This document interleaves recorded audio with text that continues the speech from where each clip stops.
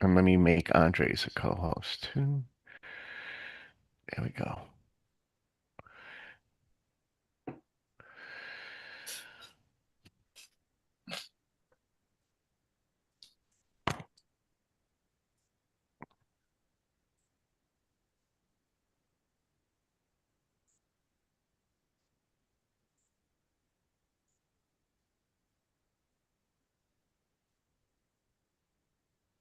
Yep.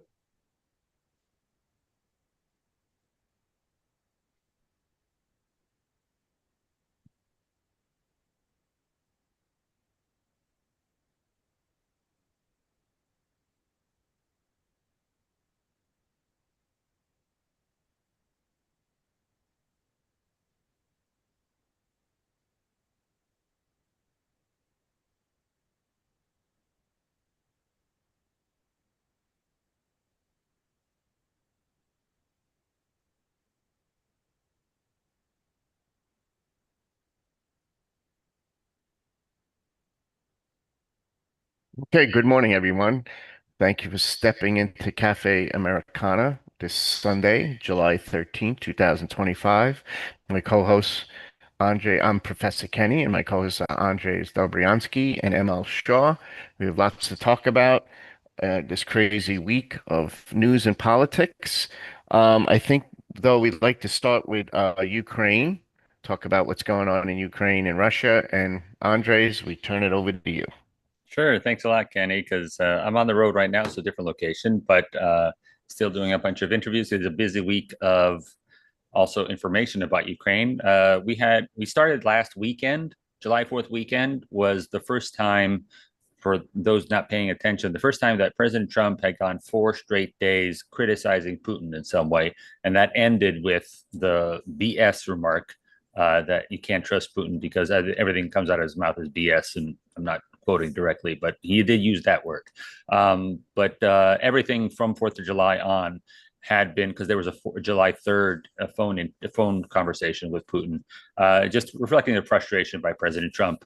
Obviously, this is happening after what in many in the Pentagon and the White House believe was, and from outside observers as well, a successful operation to force Iran to stop playing games with their negotiations. We had a successful military operation. President Trump only wanted that in and out, be successful, and then let's get back to the drawing board with the negotiations.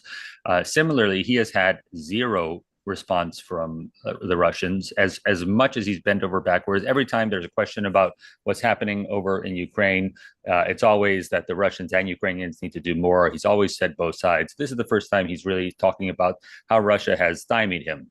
I'll reflect everybody back to March when he had his first phone conversation at the beginning of March. This was after Ukraine had already agreed to a 30-day ceasefire with no conditions. And Putin just said point blank, no, it's not happening. There have been 3 more calls since then.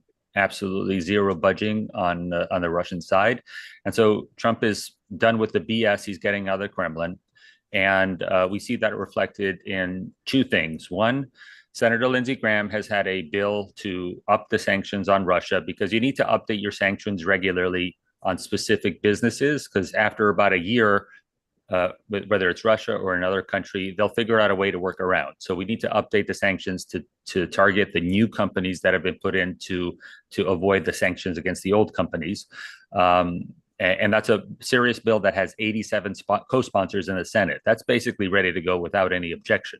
People in the Senate are now reporting on that. It used to be just Lindsey Graham telling people it's happening, it's happening. Now it's even reporters like Axios and Punchbowl saying that movement is happening on this bill. So we expect that to happen because the Senate is in session until the 25th of July. That'll be the last day of voting, and then everybody's on August break. And then if the House picks it up, that'll probably be after the fact. The next thing is that we have a national defense authorization that's being discussed. It's usually signed around September, October. It expires. Last year's expires on September 30th. So the Senate committee, Armed Services Committee, just put out their budget. That includes, very, very surprisingly for people after this election, $500 million of spending on aid for Ukraine, in terms of arms, defensive weapons. And it includes some interesting language. One of the things the senators put in there is that there's a restriction on how much the Defense Department is able to divert funds that were meant for Ukraine to another conflict.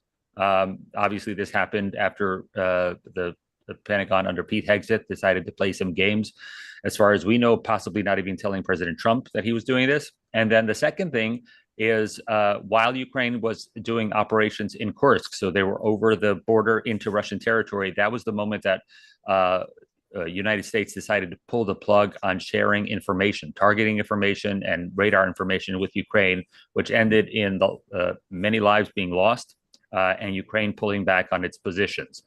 So in this NDAA, we also have language saying that the Department of Defense is obligated to share targeting information with intelligence information, military intelligence information with their Ukrainian counterparts. So that's a direct reflection about what happened in the last couple of months.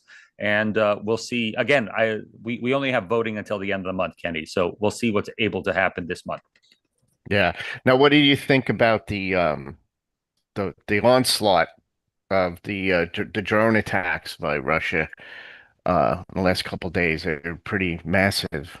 Yeah, Russia has increased the production of these Shahed drones. These are Iranian designed drones.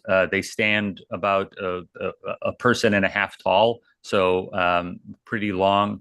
And Russia is able to increase production to several thousand now. So in the span of 2 days, we've had 1,200, over 1,200 of these drones launched against Ukraine. Russia is also increasing the use of its glide bombs. These are old dummy bombs, but they're able to put wings on them that they can do, like they can drop them from a bomber from far away and they can glide further in. So they are dropping about 3,500 glide bombs on Ukraine a month. And we're anticipating the drones are going to be close to like several thousand a month as we go forward. Yeah. Michael? Yeah, I was going to say that the glide bombs are no different than what we in the OOs, late 90s OOs, we went to the JDAM, which was taking these dumb bombs and then retrofitting them with GPS and on there. I think that we'll know certainly soon enough. And I think the world has seen there's been a turn. At no point, I was talking with my son the other day, and at no point has um, Trump so publicly been negative or said cuss words against Putin. And this is the first time in like the last few weeks, like where we've seen that kind of change quite a bit. So I think we're starting to see that turn, and who knows if it'll last because it's Trump, but I do think it will. And I do think that things to look out for are that Senate bipartisan bill for heavier sanctions that gives Trump a lot more tools in his diplomatic toolbox, so to speak, to kind of bring the Russians to say, listen, man, we're not going to do this. And if you keep going like this, if like every single time that we have a conversation or something, you set a record number of flights into Ukraine to kill and maim unfairly, that's not what you do in a war. But again, the Russians are, as Aaron would say, are built different, and their concept of war and warfare is completely different to us, and its brutality. But yeah, I'm hoping that we can see that pressure grow, both on Trump and Putin, and I'm hoping that we can see a, a complete strategic turn to where Trump kind of comes to the fore and realizes that this is another path. There's another. It's not just weapons to Ukraine that we have. There are other options on the table, and we are badly. We need to take advantage of them. And I harp on this real quick, and I'm gonna pass it back to you guys. But there is a perfect opportunity. There's a perfect path where you have those stand states, as we've talked about before. You have Azerbaijan, who's given $40 million since 2022, and most recently did $1 million in aid. This is mainly humanitarian, not military, but since January 2025 for electrical equipment and a ton of medicine and things. Kazakhstan, 5 million in aid since 2023. two and a quarter million in 2022, and multiple tons of shipment, and then rounding that out to, yeah, okay, sure, that maybe they're not doing millions of dollars, but they're sending as much as they can when they can. I mean, we also have to remember these states are not ones that have money that they can just throw at a cause. And I was actually curious if I could ask, and maybe Yeah. prolong the Ukraine conversation for just a moment more. Did you see, Andre, that there was the Ukrainian recovery Conference. conference Yeah. held in Europe that was actually pretty substantial? Some of the things we had heard before, but some of them are Europe. I think I think it just shows that Europe is waiting for America to kind of come around and do something big. Well, I'm just going to add 2 points. One, picking up on what you said in terms of, they have these phone conversations, and it seems like Russia is doing everything to piss off President Trump. If it was one thing if they would just, drop 1,000 bombs after having a phone conversation to piss him off, right, ML? These guys, after their last phone conversation, they decided to send these drones against a maternity hospital, and then they did a hunting one of their hunter drones, and they killed a 1-year-old baby while they were hunting it with visuals, and this was the front page of the New York Post, which Trump regularly reads. That's how you piss off. Like, why would you do killing women and children to a man who says every day, I want the killing to stop? So that's one thing we just don't understand what Russia is doing in that respect. And then I forgot the MAGA portion of this, MAGA being a change of administration, a different way to do things. What we did before, what I mentioned before, is kind of what America has already done, which is appropriations. What Trump is going to change now is, at the recovery conference, Keith Kellogg met with President Zelensky. They came to an agreement that Ukraine is going to buy, with European funds, they're going to buy Patriot missiles. So that's a big change. That hasn't happened before. That's an America First policy, and that works for both Ukraine and the United States. Yes. Second thing is, Trump has tweeted out, wait for Monday. One of those Right, secret things. The betting is that Trump is pissed off at Russia, and he's going to confiscate the frozen assets that Russia has invested in American banks, and we've kept those frozen. And I think he's just, listen, you SOB, you messed with me. I'm going to take all that money. I'm going to use that for Ukrainian weapons. Yeah, that would be a smart move, and Yeah. that would really show something on Trump's behalf. Before we get to our other topics, since Aaron's had his hand raised, I'm sure this is what he wants to talk about. I'll let Aaron talk about this, and then we're gonna go on to our ICE raids and Epstein files and that kind of stuff. So, Aaron, come on and let us know what you're thinking about So, Ukraine. I mean, I think what's important to understand is that the Russians are shifting their complete strategy in this war. And this was always going to happen, and as the Ukrainians were able to achieve stalemate from the land warfare perspective, and the Ukrainians, the Russians, when they launched this war, the fundamental design error in the development of this war was launching 15 thrusts from across 400, 500, 600 kilometers, and just basically running themselves into the ground. And then from that moment on, this was an expanded front that they had really 10 times less forces necessary, which really means no forces in the world are capable of having 1,000 or 800 mile plus front. And so the Ukrainians, and then once the Russians fully appreciated this through half a dozen sets of commanders, they eventually built the fortifications necessary to prevent the Ukrainians, once the Ukrainians had enough combat power, to have deep penetration, or consistently deep penetration into Russia, even though they had Kursk and a few other kind of smaller operations. So at this point, Ukrainians in the last year and a half, two, and they were late to this by a year and a half or two, building their version of fortifications, and that's going to be completed basically next year. And at that point, it's a land stalemate, because neither side's going to be able to. I mean, you'll have little small operations, but neither side's going to be able to move 5 or 10 or 20 kilometers through fortifications. Really, no one on Earth could. But now it's a shift completely to the air war.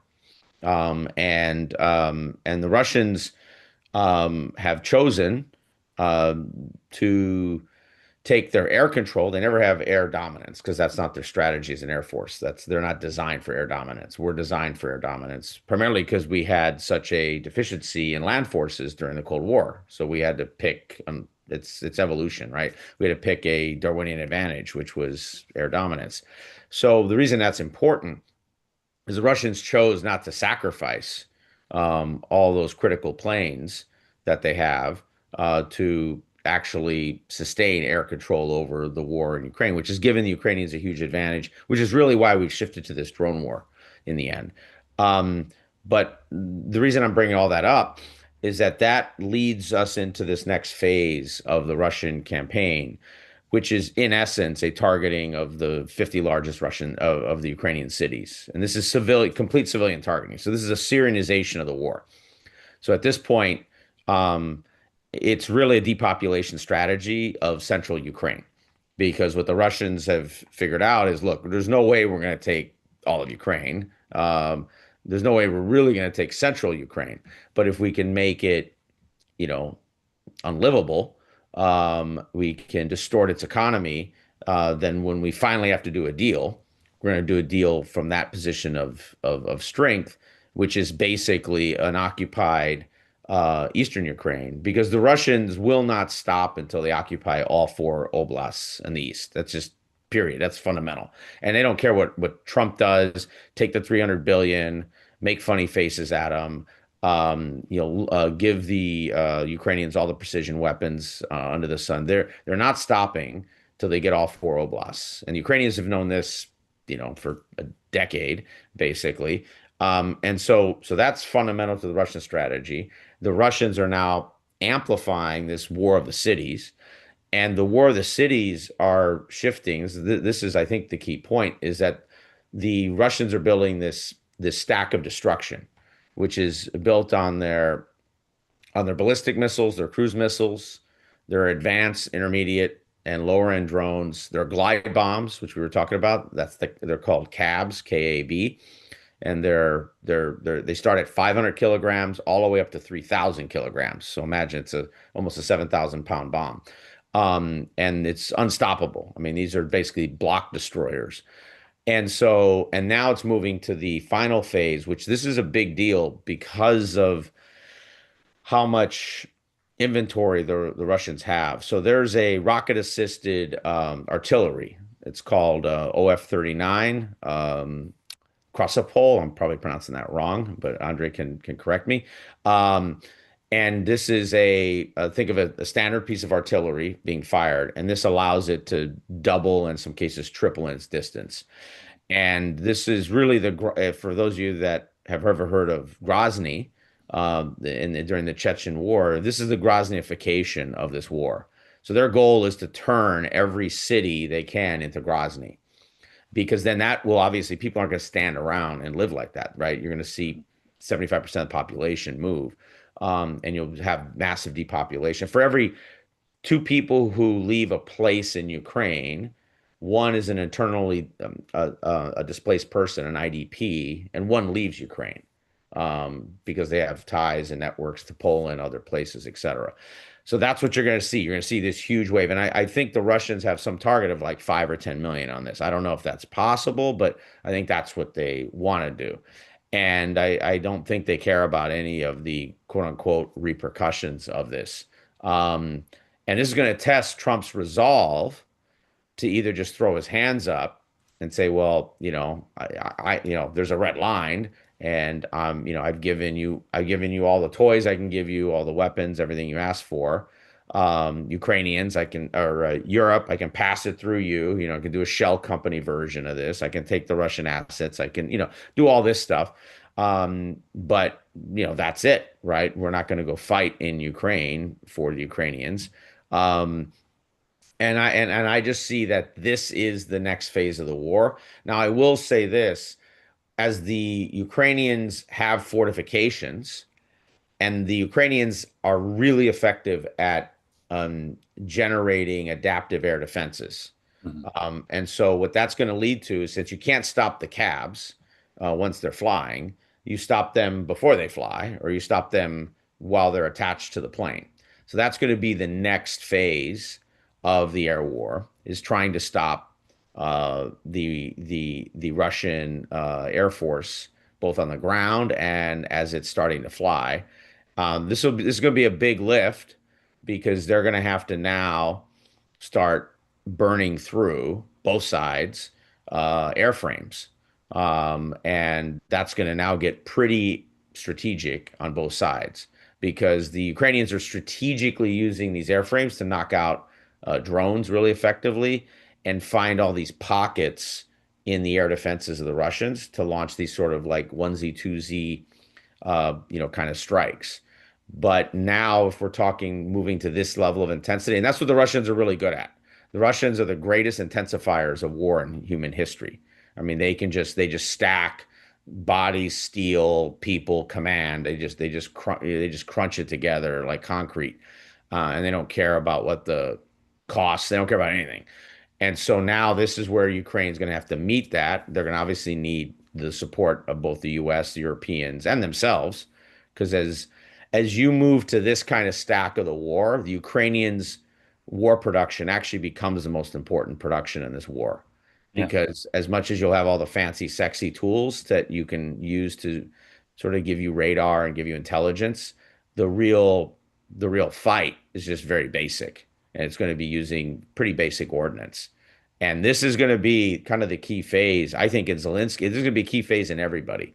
Yeah. The Ukraine has switched its command to basically a NATO or almost a US-like commander, very George Marshall-like, young, fully trained, spring-loaded. So of the Russians, though, to me, the biggest change are these two commanders. We're not talking about the Russian and the Ukrainian commanders enough. The Russians have put, as a deputy commander of all the forces, the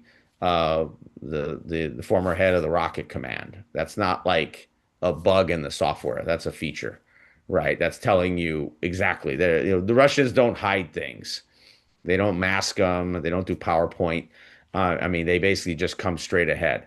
Right, And Aaron, I'm gonna let Andres comment. Yeah, I just wanted to point out for people everything that Aaron's saying about Ukraine, changing its taxes, upgrading the kind of defense it wants to make.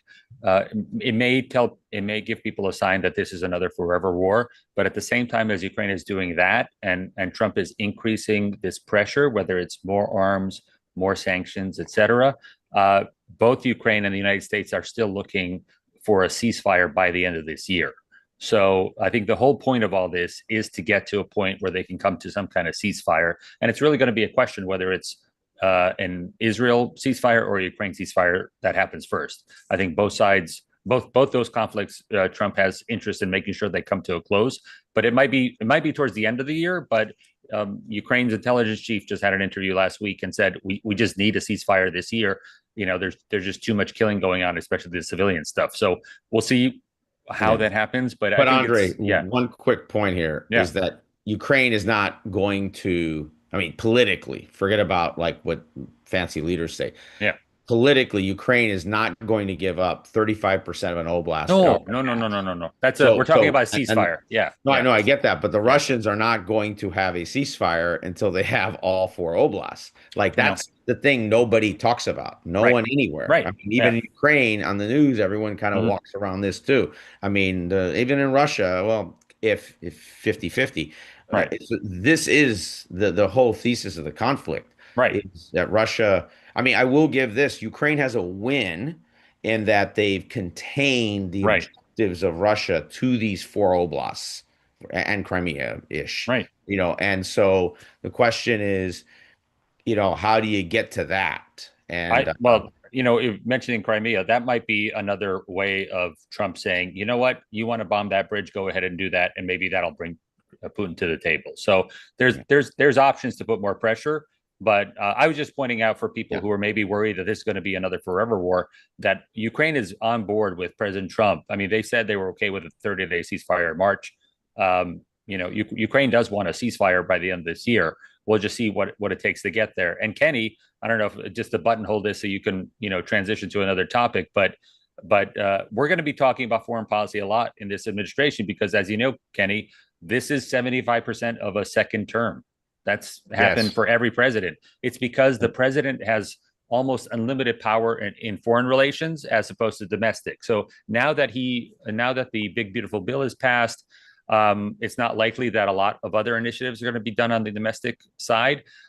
It's just part of a presidency that the second term is always dominated by foreign affairs. So we're just going to try to keep you guys updated on that.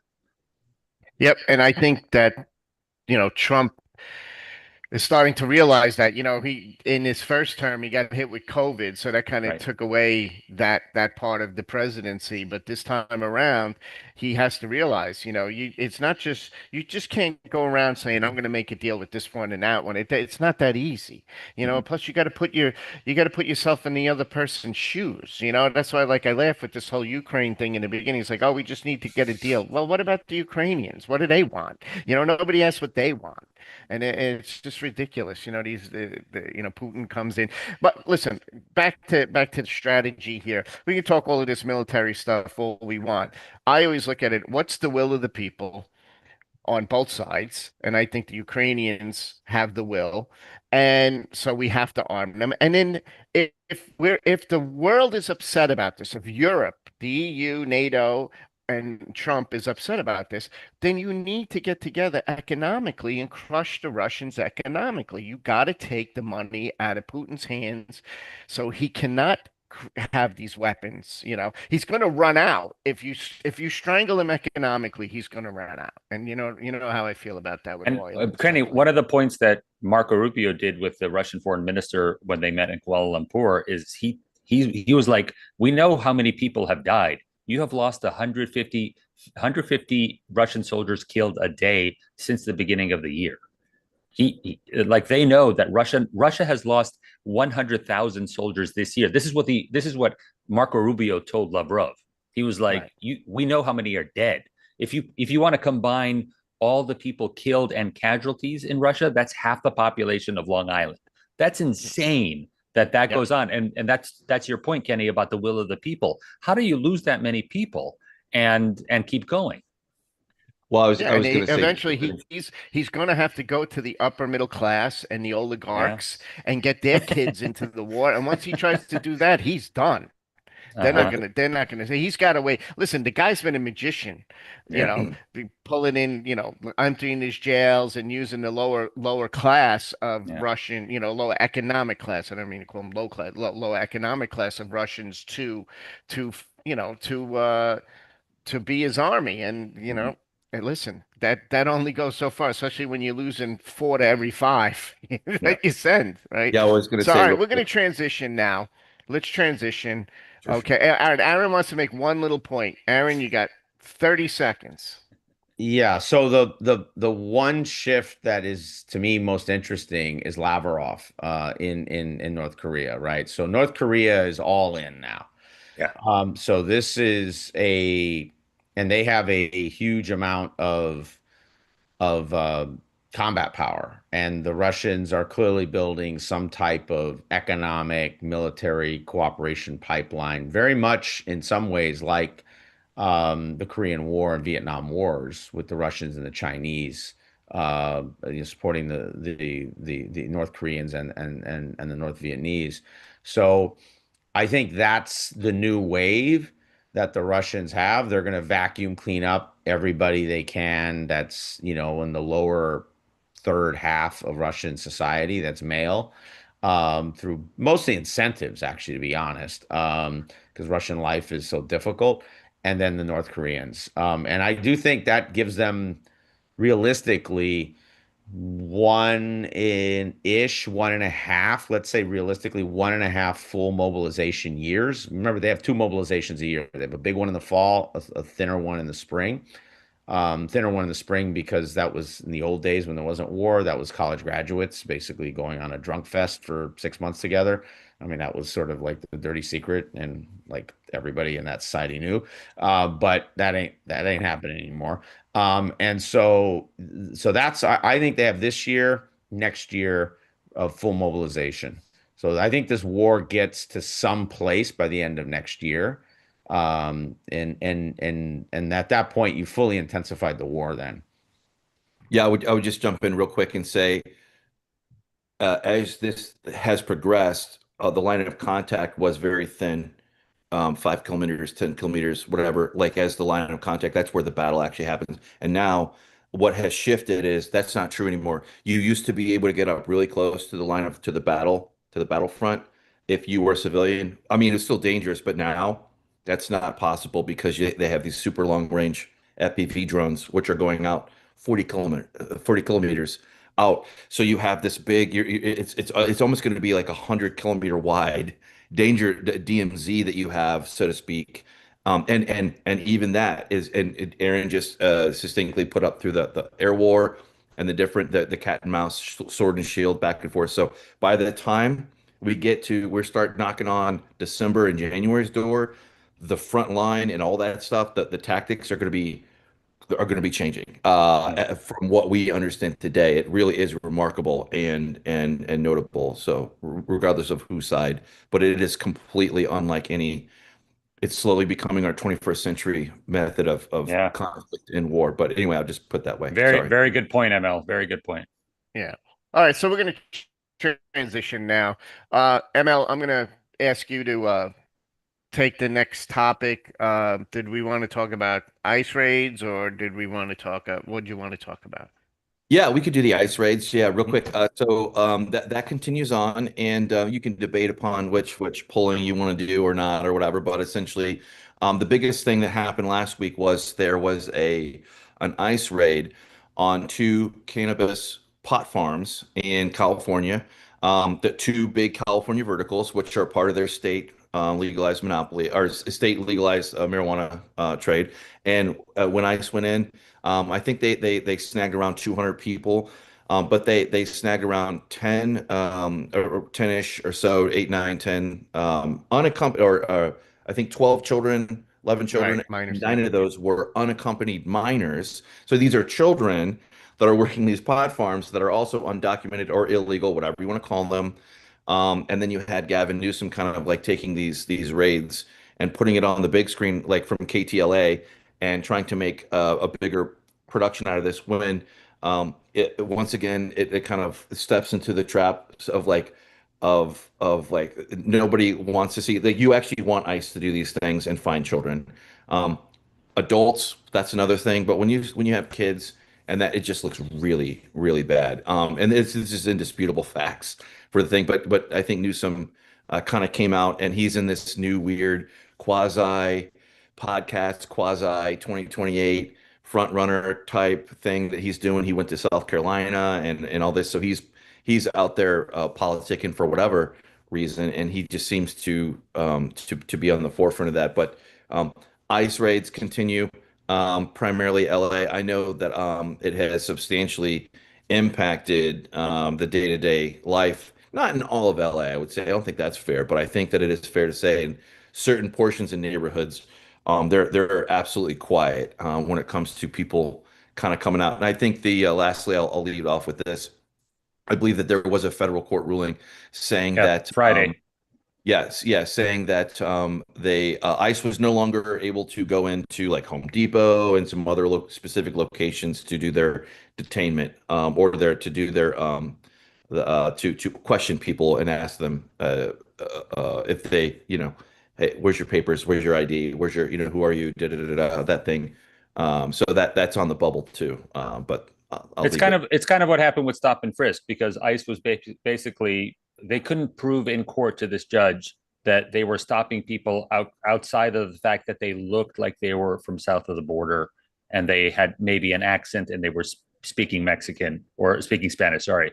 And it was just a problem in court where they couldn't justify why they were stopping these people, because of course all of these stoppages are warrantless. So they have to figure out another way of doing it. That's what happened in New York City with stop and frisk. We were stopping people that looked suspicious, but under Yeah. the Constitution, you just can't do that.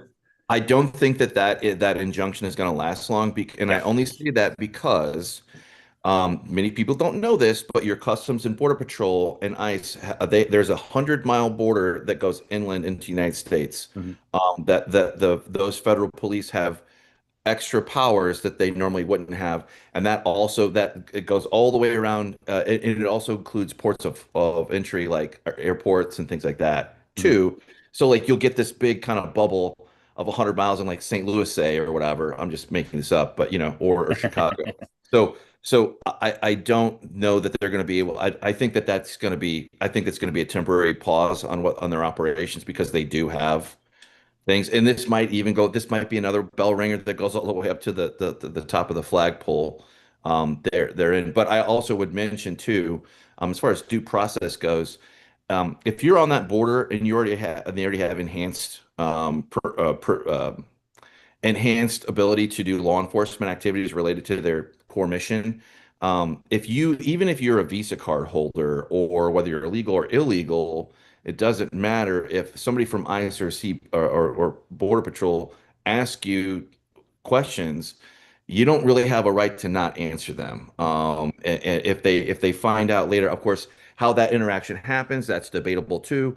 If it's on the street, if it's in Home Depot, if it's in a church, da da da da. But the point is that regardless, because you're a guest in the country, takeaway citizen, and you just put legal, unlegal, or excuse me, legal, illegal migrants, whatever. They do have Border Patrol does have by the immigration laws, the statutes that are out there, they do have a right to detain you, whether it's whatever or not. That is just a fact of our immigration law, and we'll see if that. I would be very curious if these land in court if those powers get trimmed back. I suspect they won't. But I would just say that. Well, one of the interesting things about trimming back is this is a very big example of the Supreme Court ruling a couple of weeks ago about federal injunctions, because this injunction was limited to 7 counties in California and could have easily been 2 weeks ago a nationwide injunction. So this Sure. is a direct result of that. And I believe I was just checking. Tom Homan was on CNN today, and he said they're fighting this ruling ASAP in court. Yeah.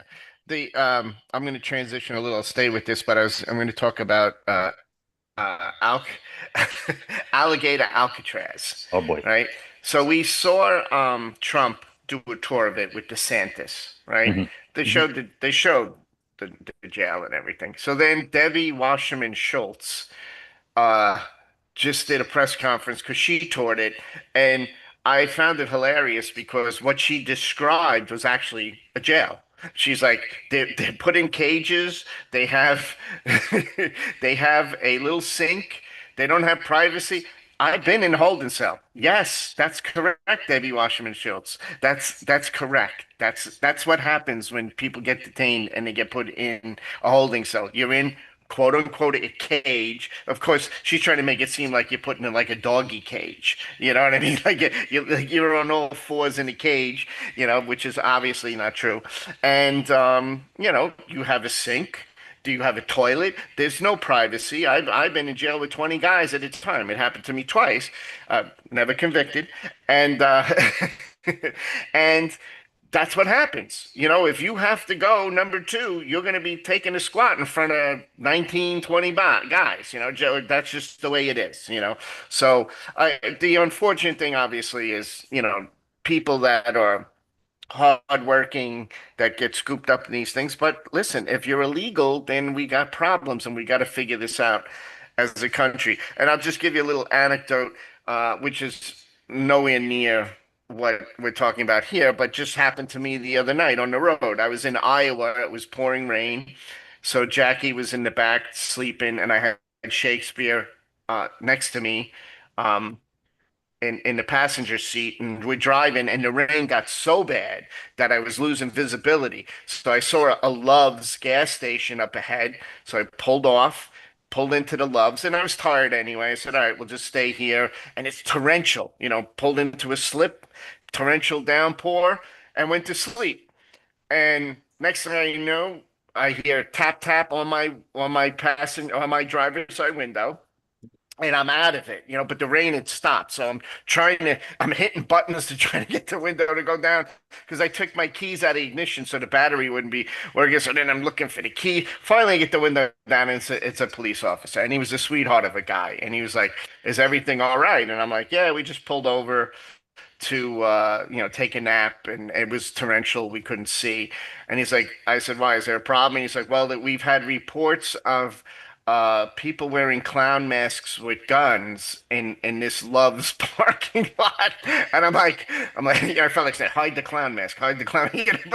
But it just shows you, and it's happened to me before. I've got pulled over once with a cop put a gun right in my face because I resembled a bank robber, even though the bank robber was African American, because I had my baseball hat on backwards in the car driving. So these things happen. You just got to cooperate. Unfortunately, obviously, it's a lot different than an ICE raid. But in America, when a police officer stops you, you have to cooperate. And if you have a good dialogue with them, the hope is that they will be respectful in return. I've dealt with a lot of New York cops that aren't like that, so they have the attitude right out of the bat. But it's just something to talk about. We need more people to raise their hands, but otherwise I'm gonna have to make Aaron like the fourth I'm gonna have to The make him a representative, co-host. So yeah. all right, so Daryl raised his hand. I want to hear from Ellen. Raleigh raised his hand. So let's go with Daryl. Yeah, well, every time you guys start going about Ukraine, I feel like I just got to let you go. Just let you go, spout your nonsense. But no, I liked Aaron's, tactical discussion. But I wanted to talk about this Epstein thing real quick. I know we were going to get to that. So go ahead, Daryl. That's Yeah, good transition. Good transition. I know some of us are a little tired of it, but I think even if you're tired of the story itself, politically, it's developing into something really interesting. I don't know. I'm sure most of you probably saw Trump's tweet from yesterday. Yeah. Yeah. Look, I'm a 3-time Trump supporter. You guys all know I'm not exactly happy with him right now. But when I read that tweet, I was like, this guy, is his finger not on the pulse? Is he not aware? Like, I almost feel like, is he clueless? Like, to put out a tweet like that, and he thinks that he's gonna just pat down everybody and say, no, stop talking about this. I mean, with this event that's going on over the weekend, SAS with Steve Bannon and Charlie Kirk. I don't know if you guys have been following it. Yeah. Every single person going up there saying, no, we need to get to the bottom of it. This is unacceptable. They're doing it in a sort of coy way where they're like, oh, we love Trump, but it's these other people, right? You have to criticize the advisors. Pam Bondi. It seems like a large section of the right wing has the target on Pam Bondi's back, which I'm fine with. I'm just curious where this is going to go. I'm really, really interested because this is the first time that I can think of where Trump is outright defying the base. Like, the base wants this. The base wants the documents. We don't care who's in it. Like, we want the info. And his tweet is just like, yeah, clueless. That's the first thing I thought. I was like, is this guy nuts? Is he clueless? Does he not know his base? I'm curious to see what other people think. What do we think in terms of how do we resolve this? Do we just say, here it is? Here, we're going to put it in a box and go here. Well, go read through it yourself and figure it out. I don't know. Daryl was talking about the event over the weekend, and I was watching a bit of that. And Megyn Kelly has been, just talking about this nonstop. And one of the things she broke part of a story that Charlie Kirk asked about, which is kind of the reason that the Trump tweet came out, because there was a story that either Cash or Dan Bongino wanted to resign unless Pam Bondi resigns or something. It was like her or not. And Megyn confirmed, I think Dan Bongino put that out there for sure. She couldn't confirm both of them. Cash refuted it directly. Cash refuted it. Okay. So I think part of the Trump tweet was to fight this image that there's a conflict within the administration, that, some people are for it and some people not. And then I also add that Megyn Kelly said that, Cash and Dan Bongino made a lot of money off of this Epstein. I'm not saying they were scamming people, but they were supported by people on their Patreons, on their Substack, by people who really wanted an investigation into this. So they are wedded into this story because they've spent a lot of the last couple of years talking about it. Cash his whole shtick was, I'm going to go in there and destroy the deep state, and Epstein is part of this. Like, go watch any interview. He's talking about it. I think that the Dan Bongino thing is real, because all those people like Megyn Kelly and Steve Bannon, they're all personal friends with Dan. Right. I'm sure they're texting back and forth. And yeah, Dan's whole career is like he was going to go in and do this stuff, and it's like not happening. How is he going to go back to his business? Like, let's say he did quit and he goes back to his podcast. All his podcast is going to be is people calling him up and saying, "Hey, you didn't do what you promised." Like, this guy sacrificed a multi-million-dollar business basically to take this job, and they're fumbling it. As to what can fix it, what can they do? I know Bannon, he's calling for a special prosecutor. I'm kind of wary of those because, I mean, the outcome of the investigation often hinges on who the special prosecutor is.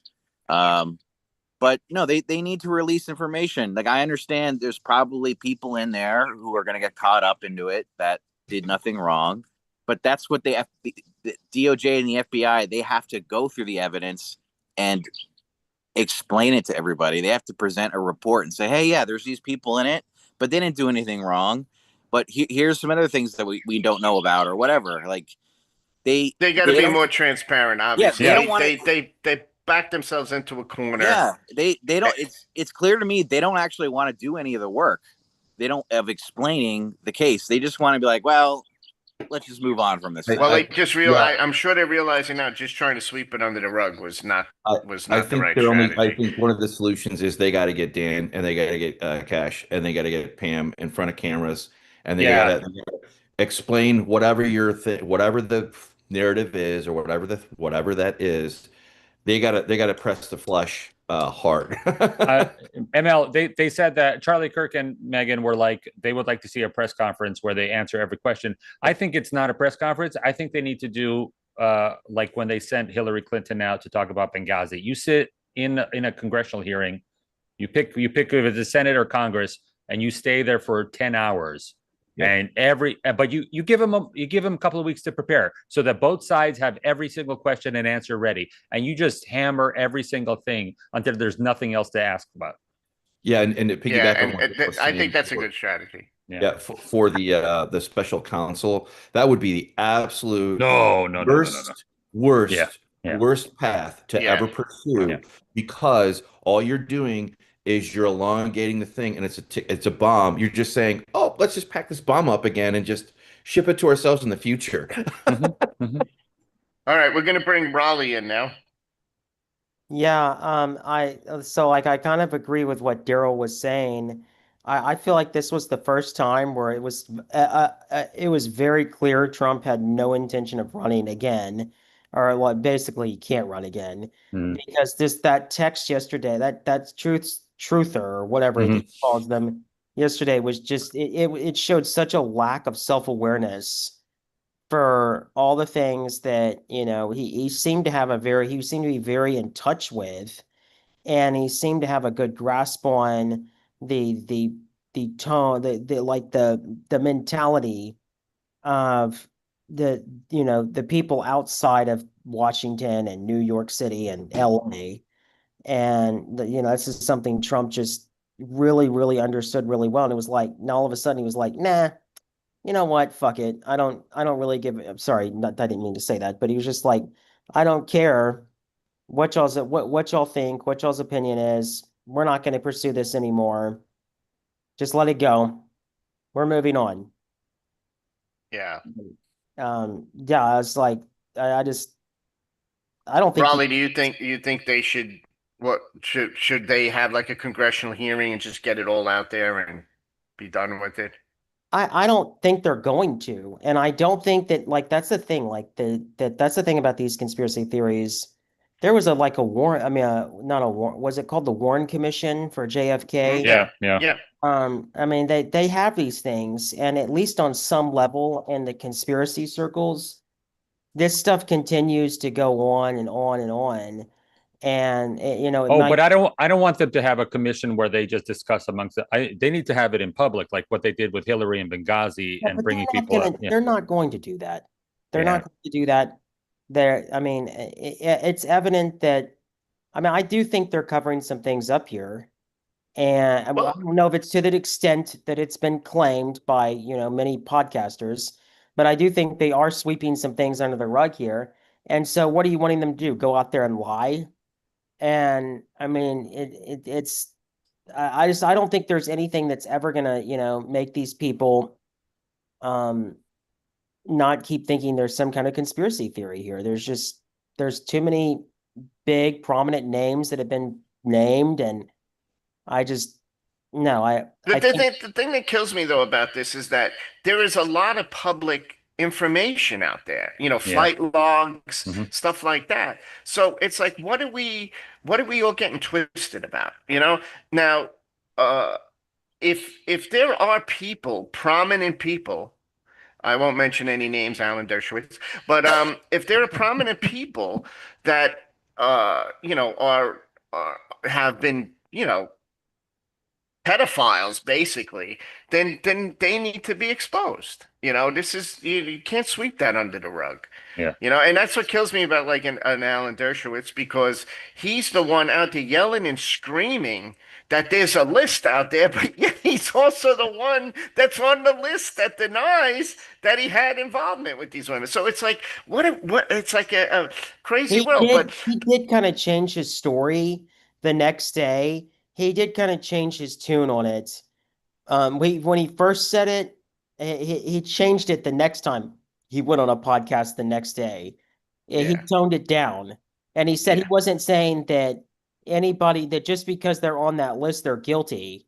Like he did point that out. He right. said, but Because he there knows is a he's list. lying. Right. Yeah, yeah. He was just saying there is a list. I'm not saying they're guilty just because they're on it, but there is a list. Well, here's the problem, right? Here's the problem right then and there. Let's say we all agree there's a list, right?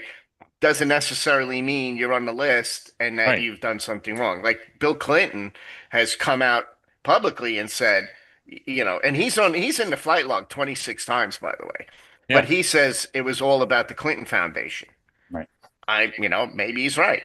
I don't know why you have to There, fly down to that island back and forth 26 times to be for the Clinton there's Foundation. there's also a question, Kenny, about if there is a list, how many years does it encompass? Because Right. Trump came out in the late 90s, I believe, condemning Epstein for the first time, and he's always been talking about that. But it was the early 90s that he was actually hanging out with them. Right. So Right. that's the other part of the conspiracy theory. Like, why did you cut it off at this date and didn't like do everything? So Right. Right. Yeah, either 100%. way, this they got to get a handle on it and make it very, very public. And as I would say, the buzzword is transparent, but we'll see how thick lead is and if we can use it as a window to look through. Right. I see that our good friend Chris Simmons is here. I'm going to ask Chris to unmute and come yeah. on.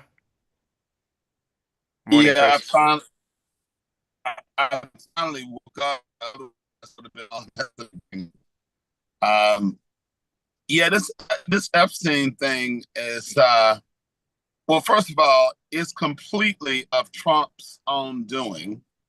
What I find a little ridiculous is that people are crapping on Pam Biondi. Mm-hmm. She was chosen because she does what he says. So whatever she's doing or not doing, can you guys hear me? Yes, For you're now. breaking up a little, but I think you're okay. I think you're in a good mode now. All right. Yeah, whatever she's doing or not doing, she's doing what he tells her to do. The mistake was she's not good at parsing the words. She's not good at obfuscating. She got over her skis on what she said. And, I wish people would stop talking about a list. Look, we don't need a list. You got the FBI. They can go through, like you were saying, they got flight logs, they got videos, they got all kinds of collateral information. Yeah. They could piece together a list from everything else they have access to. So the fact that they don't seem to want to do it is extremely curious. I don't really care. I think it says something worse about a lot of Trump's followers, that they can't get worked up about J6. They can't get worked up about his constant race baiting, but they can get worked up about this. But I mean, I get why they do, but just the prioritization of it, I think, is questionable. And the last thing I'll say about why he sent out that dismissive tweet. Mhm. Remember, this is the same guy who years ago said that he could shoot somebody on Park or Fifth, I forget which one, Yeah, right. Yeah. Fifth Avenue. and that he wouldn't lose a single strand of support. He's used to his followers following, and he's going to bank on that first. Then we'll see, does he really care? I mean, like somebody said, he's not going to run again. We're not going to let him be president again. That will cause civil war if he tries that. I can assure you that. But the question is, does he care about Vance, his chances? Because this stink is gonna attach to other folk who do plan to run if he doesn't do something about it.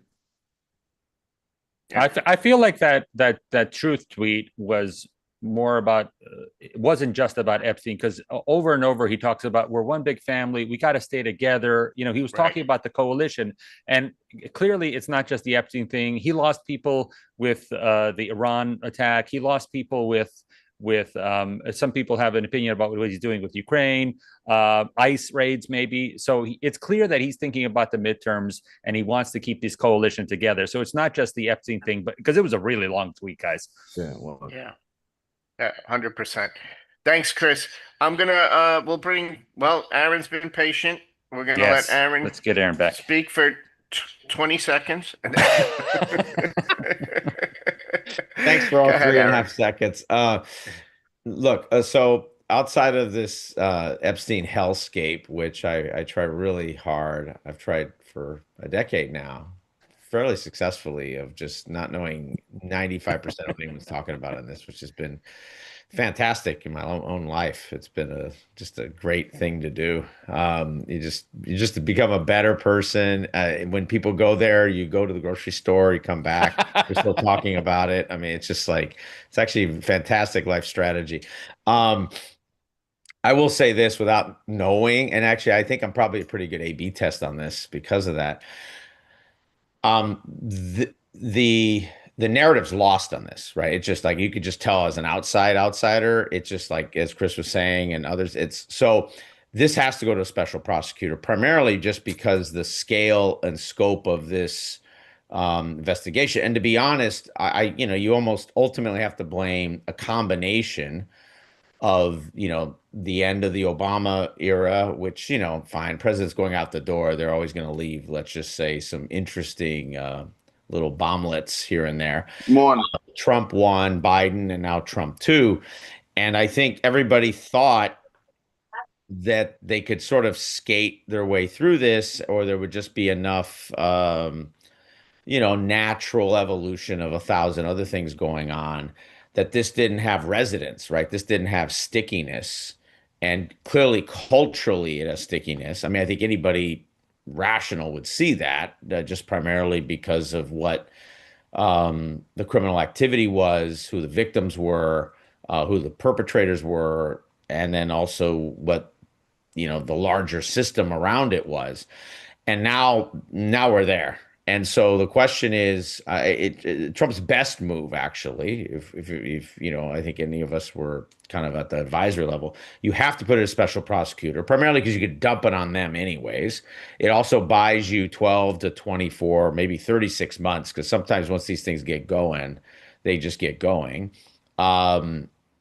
And to me, I think that's all that makes it. There's no way you can parse this out in congressional hearings. There's no way you can just have 1 or 2 press conferences. It's just, I mean, this becomes, if that's where this goes, this becomes Iran-Contra meets OJ meets, I mean, it just explodes. You lose every direction of control in this thing. So I think the special prosecutors, where they have to go. I predicted a week and a half ago when this thing sort of came, or whatever, it came up to a point that I recognized it, which is probably a place that you guys already were at weeks earlier, that Trump had about 2 weeks, 2.5 weeks, which is sort of my take when any leader, if something's getting momentum, you've got 1 to 3 weeks to have to get on the other side of it. And now I think by the end of next weekend, he has to come out, or his top domestic legal leadership has to come out and be very clear that, they're going to go to the Judiciary Committee, make the request for the special prosecutor, all that whole process.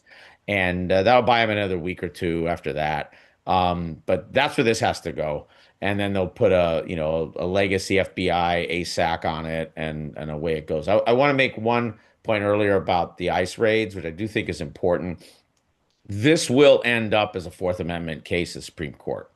And everyone who doesn't think that is delusional, because there's no way you're going to have this scale. I mean, look at our whole history. The whole history of Fourth Amendment case law is built on these things happening, right? Where we run around the country with executive power and arrest people, challenge Fourth Amendment rights of search and seizure and right to privacy, and we construct new case law out of it. And so this will end up as a Fourth Amendment case, and it'll be a big one, and primarily because all the things that Mike was talking about earlier about ICE having this designed extrajudiciary or this designed extrajudicial power is sort of a way around state and local police adherence to Miranda, Fourth Amendment. And in the end, this will end up as a Fourth Amendment case because of that, because I guarantee you there's enough video and enough physical evidence showing ICE officers, whether they know it or not, or just basic practice, impersonating police. And at that point, like you can't have it, the old saying with the tree, right? You can't have both. So you can't have the branch and But the trunk. isn't ICE part of the uh uh why is my Homeland aren't they Security, or police? Well, Aren't they, no, aren't they because no, they're not, because wait, they're the arresting authority aren't they is law defined. enforcement? I'm sorry, I couldn't think Yeah, of so law no, being law enforcement. Federal, yeah. enforcement. No, so here's the thing. I mean, people don't get this. Just because you have a badge and a gun, doesn't give you equal arresting authority. Only U.S. Marshals have total arresting authority, even above the FBI. People don't understand that, actually. Typically, if the FBI sees something that's not in its arresting authority, they actually wind up calling U.S. Marshals. So, so now there's been a little bit of a game going on there where they're sort of trying to embed U.S. Marshals, try to deputize, but that has its own limits because you can't do that past a certain statutory point. So Yes, so but yep. yes, but that is offset by the 100-mile border zone that allows them to. It allows Not once you start CB. detaining and No, arresting. no, they have absolute authority Hold to on, stop any Mike. vehicle. Not U.S. citizens. They don't. You cannot detain and It arrest a doesn't U.S. matter. citizen and not They offer can them. within that 100-mile border zone. They Not absolutely you can stop a vehicle and you set up cannot checkpoints all the detain. time. what Aaron's pointing out is the Right. constitutional thing. This That's ended right. up being this going to the Supreme Court. Yeah. Yeah. Well, it's going to go to No, the I think Supreme you're Court right, is Bob.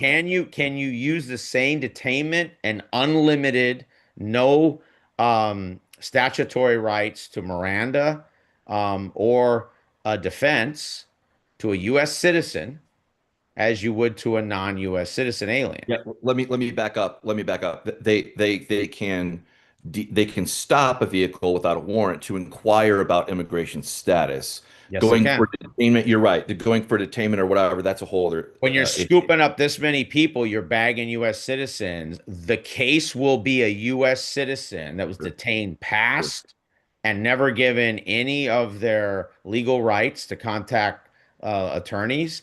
And the fact that there's not a process to do that, that by design, ICE has a process not to do that. So, which means what's going to come out, and this will be a fight. This will be galactic, because it'll be an executive authority fight. Forget it's Trump. Like all the executives stand on Well, one side versus the other. you're also going to have the underbelly of the Patriot Act coming in, because the Patriot Act, whether we like it or not, allows indefinite detention of non-citizens as a part of Sure, that. but remember, there are people overestimate the conservative part of the court versus the constitutional part of the court.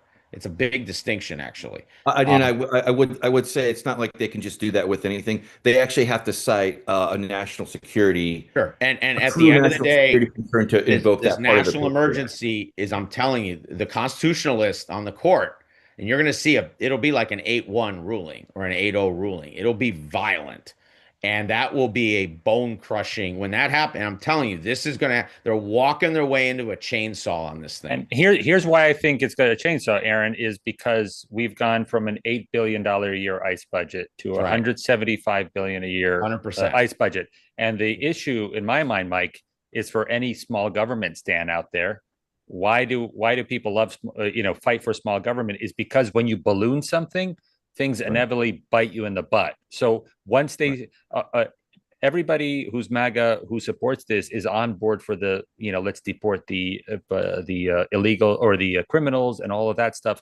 And even without getting into the conversation about who's a criminal or who's not, once you balloon a government agency to that size, that fast, but all of a sudden they're like, well, we have to do something. We have to start arresting something. And that's when the American citizens and other people start, that's when we grow the IRS. All of a sudden they are not targeting the people we want to do. So we've just grown the ICE at an enormous rate, and it's going to be a little bit, maybe it's too big. I think that's the point. I mean, No, to me, I absolutely agree that you're going to have you are one bad news story away from absolute which you'll PR get, because every time the government's one bad news story, it doesn't matter who's in charge, you get the bad news story. It doesn't matter who's in charge, right? This is not a wait until AOC is president. This is just the bloat of government, and That's all right. of a sudden, all those guys have to do something. All those ICE agents, and also don't underestimate when you start chugging in so many inexperienced people. They don't have a Quantico, right? They don't have an academy for. They don't have an academy, and they're standing up these little. So people don't realize the traditional ICE environment was basically 3 training centers that could handle 300 to 600 people each, and which made sense, right? Because based on where we were, you're not going to design 50 of them. It doesn't make any sense. You don't have the demand for it. And so now we're ballooning from those 3 to 30, and we're increasing the size of each of them 3, 4x. I mean, so you have a whole bunch of cadre who probably shouldn't even be cadre, who are teaching people who, they just want to slam them through. And then you're sort of in this warrantless phase. And I'm telling you, you're scooping at this case. I guarantee you, the Supreme Court case that they'll pick, the court will pick, because the court on constitutional cases tends to want to be 7-2, 8-0, 9-0 type, 8-1 type case. They're going to pick one built around a U.S. citizen. And I'm telling you that thing is going to be like fire, and the administration is going to be stuck when that happens, because they're either going to have to go Andrew Jackson, and now we're going to test really how serious Trump is in terms of being extrajudicial, and or not, or he just plays the game and talks it, and I believe that case in the next year is going to, it's just, you have so many injunctions, because eventually you're going to run out of injunctions by districts, right? Because you have 13 districts. So eventually you're going to run out of injunctions at districts. They're going to the appellate court. Appellate courts are going to come down, and you got 3 judges. They're all constitutionalists in the appellate court. So they'll lose the case there. That's going to go to the Supreme Court. And then they're just going to walk. And the Supreme Court is so smart in these kind of cases, especially if you look back at the history of Fourth Amendment cases. They pick constitutional cases because they make permanent case law, because they don't want to see the case ever again. So when something goes 8-0 or 7-2 or 9-0 in the court, you don't ever see that case again. 50, 100, 200 years. I mean, it's gone. Because then you need another court, not just to be 5-4, you need another court to flip a 9-0. Right? It's like, it's like a Ferguson case. It's like, it's like Miranda. I mean, these are historical cases. So I just think this thing's walking into that. And I don't think the people on the get everybody out camp fully gets that. And this is going to be a big, because I'll tell you what's going to happen is when that happens, it opens up civil penalties fundamentally. It just does. Hey, And Aaron, yeah, go ahead. how do you square your confidence in what the court will do with the fact that this is the same court that basically gave Trump a get out of jail free card for crimes committed in the quote conduct of his presidential duties or whatever that BS they said that lets him Well, basically do whatever he wants so to do by the way, without. I don't view it as giving him that. I view that as executive unitary. If Right. FDR was the president or LBJ, they would Right. have given him the same thing, right? And because FDR would have said, You well, don't you I'll don't just think it has fire any you until I get my you don't answer. think it has anything to do with the fact that this particular court No. is half handpicked by him and half No, picked no, no. by I think Federalists? that's a mistake people make about hard when you get to this level of the job. I mean, we're talking about this is the this is the all-century NBA team. Like these people are operating at I'm really serious. They think differently when you hit that appellate and Supreme Court level. This is their Hall of Fame. I'm just being very honest. I think we And over politicize who we think these people are, and we can prove this because when there are cases that are constitutional, you get 7-2 rulings picking up one, if not sometimes two, liberal judges. And So, Aaron, and there's a difference between the type of people he's nominating now and the type of he was just going basically with the Federalist list the first time around. yeah, So is exactly. it's completely different. The kind of people Totally we're different. having in the judiciary you're hearing now is completely different Yeah. class But of but people. but So but by the way, you're going to struggle getting those, let's just say, more alternative choices right, yeah, through the appellate court process, right? Because yeah, these people just get found out yeah. quickly, and then people don't realize how the appellate court works.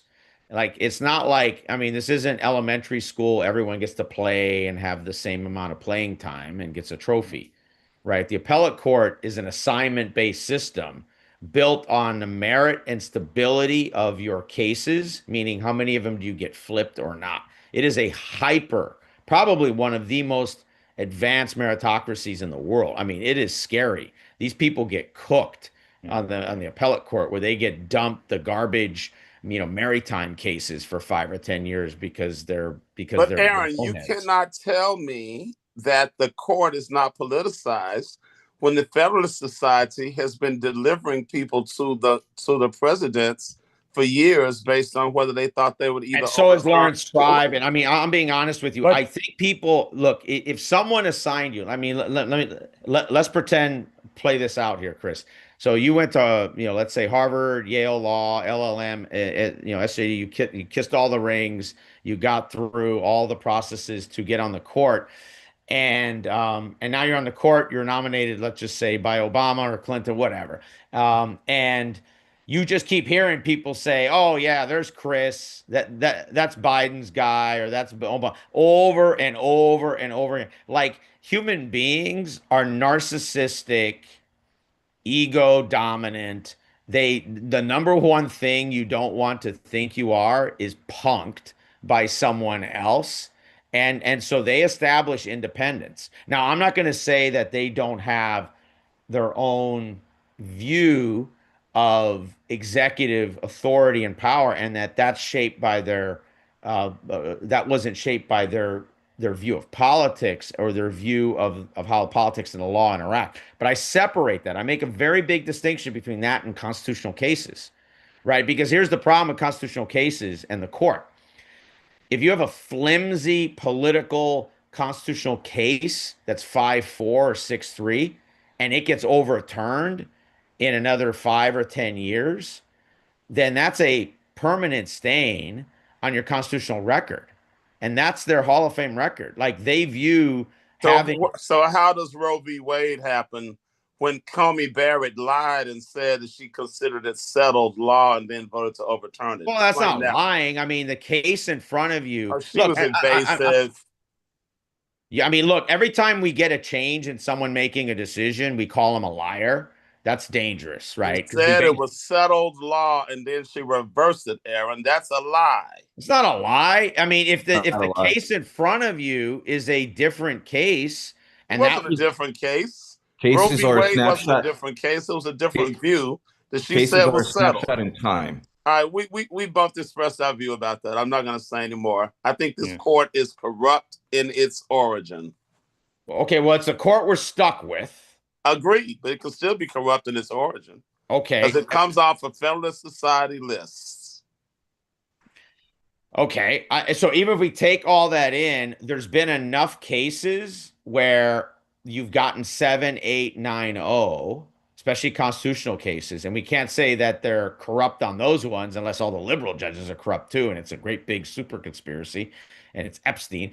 Sorry, I had to go there. But the point is that, the constitutional cases are different cases. And by the way, Roe v. Wade is not a constitutional case because people don't realize that there's nothing in the Constitution for Roe v. Wade. We think it is. It's culturally a constitutional case, but it's not actually a constitutional case. So I view the search and seizure Fourth Amendment it's a big one there. It's just I'm telling you guys, watch that slowly work its way through, and you're gonna see something there in the next year to 18 months. And that's Okay. gonna be We're gonna wrap Yeah. it up. Start wrapping Thanks, it up. Kenny. We ran a little late, but it was good spirited debate today. So I'm gonna leave it with this. Do we think, because we obviously know this immigration issue is a serious issue in this country, and it's got to be resolved. It's great that they allocated money to try and complete the wall, but I think Andre's point about going from, what was it, Andre's, 8 billion to 8 billion to 175 175? billion. Yeah. Yeah, is really that's a huge statement on what Trump is determined to do. And I mean, we've all discussed it. It's impossible to deport all of these people, and so what I want to leave us with as a thought is, do we think, is it possible that Trump, just like he's changing his mind about Ukraine, do we think Trump can be convinced that, you know what, especially if he has a good midterm, which we don't know if that's going to happen or not, can he change course and start thinking about amnesty and then rewriting the immigration laws to a point where it works out, much better for us as a country, where people start coming in legally, we give amnesty, or this whole thing, you guys see the Kristi Noem commercial where, she's pushing the app that you can self-deport and then get a chance to come back in. Do you guys know what I'm talking about? Yeah. I Yeah. just I just wonder how many people are actually doing that. Like, how much do they spend on that, and how many people are actually doing that? So I'm just going to leave that as a thought, and let's maybe come back to that next week, next Sunday, because I'm sure this is going to be a topic we're going to deal with every week, especially with the media coverage, right? Um, Anytime, like I mentioned earlier I was talking to Mike, and I'll finish up with this real quick, but there was a girl who was she was in Long Island. She was illegal, but she was going to college, and she got a couple degrees, and they deported her and her mom. Actually, she self-deported when they got her. But the way the media presented it was, an American citizen was deported, which was not the case. She didn't even have a green card. She was in the process. They said she was in the process, whatever that means. Me personally, I wouldn't have wasted my time deporting that person. Leave that person alone. You don't need to get in college degrees on it. But how do you sift through that? That's the problem. And if we don't come together as a country on some kind of uh, immigration law that makes sense and becomes permanent, that nobody, it doesn't become debatable, then we're going to be dealing with this mess for a long time, and it's a very big distraction to our country, and so I'll just leave us with that. I want to thank everybody for coming on and stepping into Cafe Americana this Sunday. We'll be back next Sunday at 9:30, and it was great to see everybody. I'm on the road. I'll be in Glacier National Park in a couple days if I get my car back. awesome. And that's that. So I'll see you guys. Thanks, Kenny. Great topics today. Thanks. Yep. Bye-bye. Good Thank you. good Bye, guys. discussions today, folks. Bye bye.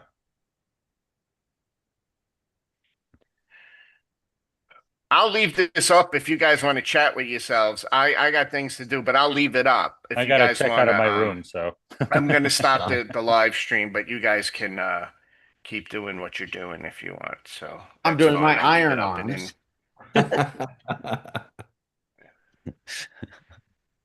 there we go. Oh, you didn't get that joke. This was a my kids got me this as a joke. One of those like infomercials, right? oh,